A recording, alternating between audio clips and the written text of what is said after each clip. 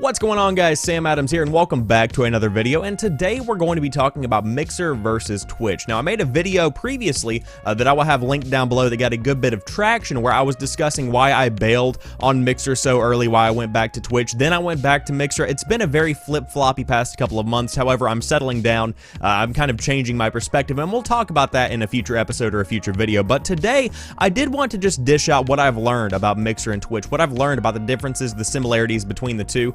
And maybe this could help somebody that's trying to make a decision on where they want to put their content, where they want to try their hand at streaming. Because both platforms, if you want to think of it as a Mixer versus Twitch scenario, even though there are alternatives out there, both companies are doing very well. Microsoft and Amazon have amazing ideas and are bringing changes to the platforms. So let's go ahead and start talking about this stuff. So I've made a list of bullet points that I do want to make sure that I hit, but I am probably going to go off on a couple of tangents. So Mixer, the first thing they bring to the table is FTL Tech, which is otherwise known as low latency. And whenever I say low latency, you might say, well, Sam, Twitch also has low latency. And let me tell you, it is nothing on the level that Mixer has low latency. I'm talking if you have a pretty good internet connection, you can literally talk to your audience within half a second. It is almost instantaneous conversation. That is a fantastic asset for somebody like myself, who is very focused on discussing things in chat, having conversations, getting to know people. I don't really focus on the gameplay when I stream, so to have that low latency is a benefit that I have never had on Twitch before. Now, Twitch, as I said, has added a new low latency feature, but it's nothing compared to what Mixer brings to the table. Now, I will say that FTL and low latency does come with a bit of a drawback, and that is that if you have a good internet connection, but somebody that you are streaming to does not, they could run into some issues. It's a very unstable version of the stream. Now, of course, you can turn it off and get what you would consider to be pretty much your standard kind of latency you would find on Twitch, but I will say that it has been improving over the past few months. Obviously, as more people have flooded into the site, they're trying to kind of bolster things up on the back end, but if you are considering moving to Mixer, do know that although low latency technology is amazing, it oftentimes might have a couple of issues here and there. Another idea that Mixer has introduced to the community is the Hype Zone. Now, for those that don't know what the Hype Zone is, it's essentially kind of a channel that features whoever is closest to getting a victory, whoever is closest to a piece of action in their gameplay. So you could be somebody with 0 followers, you could be somebody that has 100,000 followers, whatever it might be. Mixer has a Hype Zone for Realm Royale, they have one for Fortnite, PUBG, they have one for Rainbow Six Siege now, and I'm sure that more are on the way, but it's a fantastic way for you to have a spotlight for a minute when you might otherwise not be able to get one. If you are a Rainbow Six Siege streamer who rarely gets anybody coming to your stream, this could be your chance to get between 30, 100, 1,000, whatever it might be, people checking out your content. And again, there are drawbacks to the Hype Zone. Oftentimes, the community that hangs out in the Hype Zone may be a little bit salty, they may be a little bit negative, whatever you might want to say. They could troll you in the chat, but it is a fantastic opportunity for you to have an audience on your platform that, as I said, you might otherwise not have. So that is your chance to sell yourself to your audience that is newfound. So Hype Zone has its benefits and its detriments, but what I will say is that it is doing something amazing in that it's giving smaller streamers a true, genuine chance to be on what is essentially the front page of Mixer. I will also say that discoverability is a big thing over on Mixer. It is incredibly easy if you play your cards correctly to get a couple of 100 followers in a couple of days. That's something that has happened to me. So the best way to do this, in my opinion, and this is just what worked for me, is to find games that are going to have a lot of interest around them and play those as soon as they come out. Have a game that is your core game, whether it be PUBG, Fortnite, if you want to play Call of Duty, Battlefield, whatever it might be. Have a core game, but these games that are new releases. For instance, whenever Far Cry 5 came out, I played that and I was the #1 player in the directory, and I got about 170 some followers in one night, something along those lines, 140 around there. And then I also played the Crew 2 open beta, and I got about 100 in a 2-day span. So if you play your cards correctly, if you follow the trends, I think that's a big thing people miss. If you follow the trends, you can really get this platform working in your favor. Another asset that I do want to point out is that the Mixer creator community is so supportive of one another. Now, of course, Twitch is very supportive. The streamers on Twitch are very supportive of each other, and it's amazing to see what people can do to bolster each other up, to give shout outs, to help each other with tech issues, whatever it might be. But whenever I said that I was moving over to Mixer and I began streaming on Mixer, I was followed by partnered streamers. I was followed by people that were pretty high up on the food chain, if you will, that were way more popular than I was. And it's amazing to see those people reach out in even a representative way, something that's just a token of appreciation or acknowledgement, whatever you might want to call it.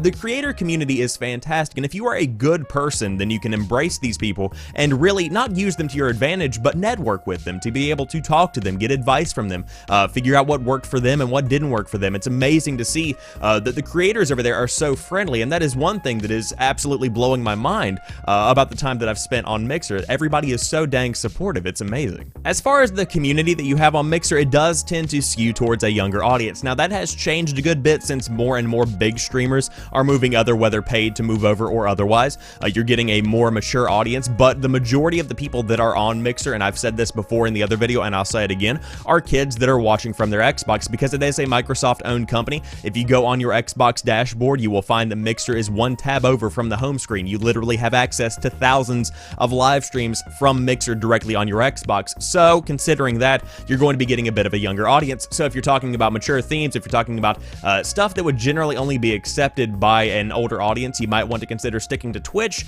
or going to another platform, whatever it might be. Now, like I said, there is an audience that is older that is coming over to Mixer, so you can prepare yourself for that, but as of right now, it still is a relatively younger skew. Now, moving over to the Twitch side of things, discussing what Twitch brings to the table, I will say that their infrastructure on the back end, the technology behind what makes Twitch run, is a lot more stable at the current time. Now, again, this is a company that has aged. This is a company that has been on the block for a hot minute. They have had time to kind of get accustomed to what traffic they might have, to get accustomed to having more people flooding the site whenever somebody popular is streaming, whatever it might be.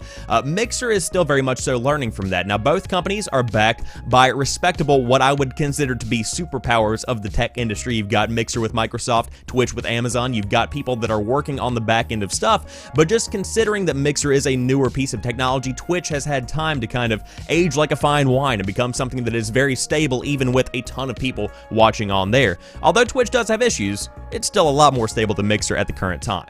I will also say, if you're a niche streamer, if you play older games, if you play lesser known games, whatever you might be doing, it might be better for you to be on Twitch just because of the huge audience that Twitch actually has. There is simply a higher likelihood, just mathematically, of somebody being more interested in what would be considered a niche game as compared to Mixer, which is primarily driven by, at the moment, Battle Royale games, Xbox games, whatever is popular at the time. It is getting better, but still, niche games really do thrive over on Twitch, and it's easier to build an audience. Speaking of that audience, there is a huge audience on Twitch that has integrated Twitch into their daily lives. Whenever they get to work, they log on to Twitch. Whenever they get to school, they log on to Twitch. Whatever they might be doing, downtime, whenever they get off stream, whatever they might be doing, they go to Twitch. And it has become somewhat of an ecosystem, somewhat of a place that you can go, and it has become something where people just spend a lot of time. It's almost on a YouTube level. And so Mixer isn't there yet. Not everybody goes to Mixer on a day-to-day basis. Not everyone has integrated that into their daily lives in the same way that many people have with Twitch. So, if you play your cards correctly, there is simply a larger audience that is more devoted to the platform, and that means that you have a higher potential to be seen. Now, again, a ton of people are over on Mixer, but still there is a huge audience on Twitch that is ravished. Is that a word? They are hungry, whatever you want to call it. They are looking for a specific kind of content that you could provide. There's just a huge amount of people over there that is on there 24/7. And to wrap up the Twitch side of the conversation, I will say they have improved discoverability on the platform greatly and are continuing to improve it. So before, there was this thing called Pulse, which was kind of like a social feed, if you will, for Twitch streamers to communicate with their audiences, but no one really used it, so they scrapped that, and they made pretty much the entirety of Twitch.tv, when you log on, a personalized feed of stuff that might be good for you, for content that you might be interested in. An entire section devoted to a game that you were watching that has streamers with 2,000 viewers, that has streamers with 100 viewers, whatever it might be. You can find content. There's recommended clips section where you might find specific highlights of streams that might be entertaining to you. They've done very well in changing up the way that discoverability works, and I've heard that more changes are coming down the pipe, so the chance of you being discovered on Twitch is rising right now as compared to what it was a couple of months back, where if you were not in the top 10% of streamers, there was a high likelihood that you were not going to be growing that dang much. It actually is getting better on Twitch. So with the comparison being laid out here between Twitch and Mixer, it ultimately is up to you to decide where you you want to stream. It is up to you to decide where you want to put your content. I'm not going to say go to Mixer. I'm not going to say go to Twitch. Also, I do want to reiterate, there are other alternatives out there. There is Facebook Gaming, there is YouTube Gaming, there is Caffeine.tv. You could stream on Twitter if you wanted to. I've seen people doing that. There are so many options out there for where you want to put your content that now is the time to just jump in and do it. And that's the point that I want to drive home, is that you can watch YouTube videos comparing Mixer to Twitch. You can watch YouTube videos doing whatever you want to do. You know, you can read analytics, you could compare numbers and statistics. When it comes down to it, you have to figure out a platform, choose one, and then throw yourself into it. And that's what I'm doing right now. I'm throwing myself into the content that I make. That is a big thing, because if your content sucks, it doesn't matter if you are one person on a platform with 1 million people watching. They aren't going to come back if it's not an entertaining show. I'm sorry, it simply isn't. So you can't just expect to move to another platform and have success overnight. That's not how this works. You have to have faith in your content. You have to have faith in what you do, and you have to be somebody who has thrown themselves into the content that they make, and that's pretty much what it comes down to. And so that's pretty much what I've got right now between Mixer and Twitch. I'm sure that I will make an updated version of this video in a couple of months, because more and more changes are rolling down the pipe week after week. So it's always fun to watch, and it's always fun to see how people react and whatnot. But let me know what you think down in the comments section. Which platform is the best for you? Which platform do you like watching on? What do you think about the comparison? How are they going to pair up and fight each other, if you will? What do you think about Mixer and Twitch? But if you happen to be new to the YouTube channel, I do upload new stuff throughout the week. I have a live morning show that I host here every single weekday morning, talking about gaming news at 7 a.m. Eastern time, but that's also a podcast version later on. Links for all of this stuff will be down below. But thanks for watching the video. Best of luck with your own content creation. I know that it's quite the hard grind to get on, and it's even harder to get off of, because once you're in it, you fall in love with it. I do promise that. But I will talk to you guys soon. Enjoy the rest of your day. Peace.